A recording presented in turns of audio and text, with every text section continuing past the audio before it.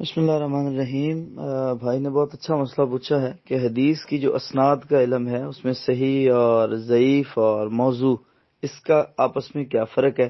تو علماء اور مشائخ اور محدثین جو ہیں وہ ضعیف احادیث انہوں نے کتب میں کیوں اکٹھے کی ہیں؟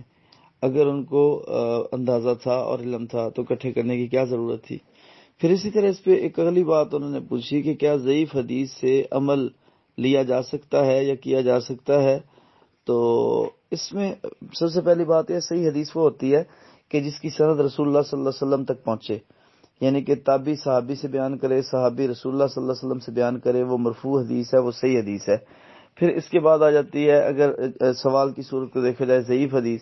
ضعیف حدیث وہ ہوتی ہے کہ جس میں کوئی راوی تابعی کو اس نے نہ دیکھا ہے نہ ان سے پڑھا ہے، لیکن تابعی کا نام لے لیتا ہے۔ کوئی ایسا راوی آ جاتا ہے کہ جس کو کوئی جانتا ہی نہیں ہے، کوئی ایسا راوی آ جاتا ہے کہ جس میں تہمت بالکذب ہے، کہ جس کو محدثین نے سمجھا ہے کہ وہ اکثر جھوٹ بولتا ہے، اس کا جھوٹ پکڑا جاتا ہے، وہ جھوٹا مشہور ہے۔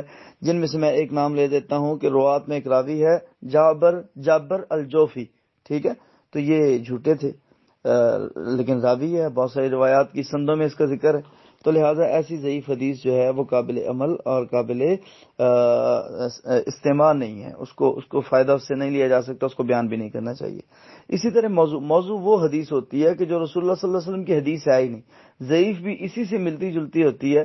تو موضوع کا مراد ہوتا ہے کہ ایک ایسی روایت جو رسول اللہ صلی اللہ علیہ وسلم نے بیان ہی نہیں فرمائی۔ کوئی بندہ اٹھ کے کہتا ہے کہ یہ رسول اللہ صلی اللہ علیہ وسلم نے فرمایا ہے، تو یہ رسول اللہ صلی اللہ علیہ وسلم پہ پہلی بات تو یہ ہے کہ تہمت الزام ہے، دوسری بات یہ ہے کہ یہ درست یا جائز جو ہے وہ نہیں ہے۔ تو لہٰذا یہ موضوع روایت جو ہے وہ اس کی یہ تعریف ہے۔ اب اس میں اگلی بات آ جاتی ہے کہ محدثین نے کیوں ذکر کیا؟ محدثین نے بھائی اس لیے ذکر کیا کہ اس دور میں ایک سلسلہ جو تصنیف کا اور تالیف کا اور تعلیم کا اور تدریس کا اور تربیت کا جو جاری تھا، تو اس میں روایات جیسے جیسے ملتی گئیں وہ اپنی ڈائری بناتے گئے، اکٹھے کرتے گئے۔ اچھا، پھر جب اس پہ بیٹھ کے انہوں نے بات چیت کی یا ان کے بعد ان کے شاگردوں نے بات چیت کی اور علم عام ہوتا گیا، تو تب جا کے جو ہے کہ اس بات کا اندازہ ہوا کہ یہ روایت تو لکھنے والی نہیں تھی۔ امام ترمذی رحمۃ اللہ علیہ بہت ساری روایات کو لکھتے ہیں، تو اس میں وہ لکھ دیتے ہوتے ہیں ھذا حدیث حسن صحیح، یعنی کہ وہ بتاتے ہیں کہ اس کی دو سندیں ہیں، کہ ایک حسن سند کے ساتھ ہے، ایک ضعیف سند کے ساتھ ہے، یا ایک صحیح سند کے ساتھ ہے۔ تو اسی طرح مطلب انہوں نے دو تین سندوں کا ذکر کیا ہے، ٹھیک ہے۔ بعض دفعہ بعض محدثین ایک حدیث کو صحیح نہیں سمجھتے تھے، لیکن وہ اس لیے ایڈ کر دیتے تھے کہ عرف عام میں وہ حدیث چلتی تھی، مشہور ہوتی تھی، وہ لکھتے تھے حدیث اور نیچے پہ اس کو حکم لگا دیتے کہ یہ حدیث صحیح نہیں ہے، گو کہ مشہور ہے لیکن یہ حدیث صحیح نہیں ہے، اور مجھے اس حدیث میں یہ ضعف نظر آتا ہے جس وجہ سے میں اس کو صحیح نہیں سمجھتا۔ تو یہ بات جو ہے یہ محدثین کے حوالے سے ہو گئی، قابل عمل نہیں ہے۔ بھائی ضعیف حدیث اور موضوع حدیث قابل عمل نہیں ہے، اس پہ عمل نہیں ہونا چاہیے۔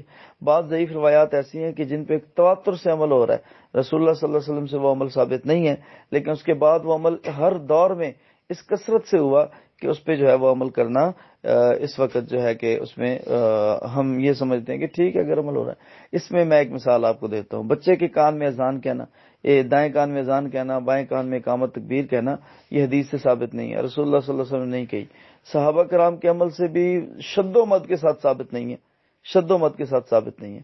تو اس میں ہم خاموشی اختیار کیے بیٹھے ہیں، ہمارے پاس کوئی اور چارہ کار نہیں ہے۔ اس میں تو اس حمام میں ساری ننگے ہیں، اس حدیث کو سارے اپنائے بیٹھے ہیں، وہ کسی بھی مکتب فکر میں ہو۔ تو اسی طرح صلاۃ و تسبیح کا مسئلہ ہے۔ تو بہرکیف یہ میں آپ کو بتا رہا ہوں کہ ضعیف حدیث پہ یا موضوع حدیث پہ عمل کرنا نہیں چاہیے، نہ اس کو بیان کرنا چاہیے، تو اس سے اجتناب کرنا چاہیے۔ اب اگلی بات یہ ہے کہ آپ کہتے ہیں کہ لوگ کہتے ہیں پھر آپ نے اس سے عمل کیوں لیا؟ سر میں ایک عرصہ دراز سے میں طالب علم حدیث کی کتابوں کا، تو میں نے یہ دیکھا ہے کہ مکتبہ فکر اہل حدیث میں مجھے آج تک جو ہے وہ کوئی ایسا عمل نہیں نظر آیا کہ جس پہ میں کہوں کہ اس پہ صحیح حدیث نہیں ہے اور ضعیف حدیث پہ عمل ہو رہا ہے۔ تو لہٰذا صحیح حدیث پہ ہی عمل الحمدللہ ہمارے ہاں ہوتا ہے، ضعیف حدیث پہ کوشش کی جاتی ہے کہ اجتناب کیا جائے۔ ہاں اگر عرف عام میں اس کی اسناد ملتی ہوں اور وہ عمل زور پکڑ چکا ہو، جیسے میں نے آپ کو دو مثالیں آپ کے سامنے رکھی ہیں، تو اس پہ ہم بعض دفعہ خاموشی اختیار کر جاتے ہیں مصلحت اور حکمت کے تحت۔ تو لہٰذا اس کی یہ بنیاد اور اس کی یہ بیسک ہے۔ اسی طرح آپ نے وہ سوال پچھلا جو اس سے اگلا آپ نے سوال پوچھا، میں نے اس کی وضاحت کی، اس میں آپ نے یہ کہا کہ جب تکبیر ہوتی ہے تو کچھ لوگ ہاتھ باندھ کے کھڑے ہو جاتے ہیں، تو کچھ علماء اس کو بدعت بیان کرتے ہیں۔ بھائی یہ بدعت نہیں ہے، ہاتھ باندھ کے کھڑے ہو جانا، اگر کوئی بندہ کھڑا ہوتا ہے تو ٹھیک ہے، لیکن اس کو شریعت نہیں سمجھنا چاہیے کہ ہاتھ باندھ کے جو بندہ نہ کھڑا ہو، بندہ اس کو گھورتا رہے اور بعد میں پکڑ کے کہے بھائی تو ہاتھ کیوں نہیں باندھ کے کھڑا ہوتا؟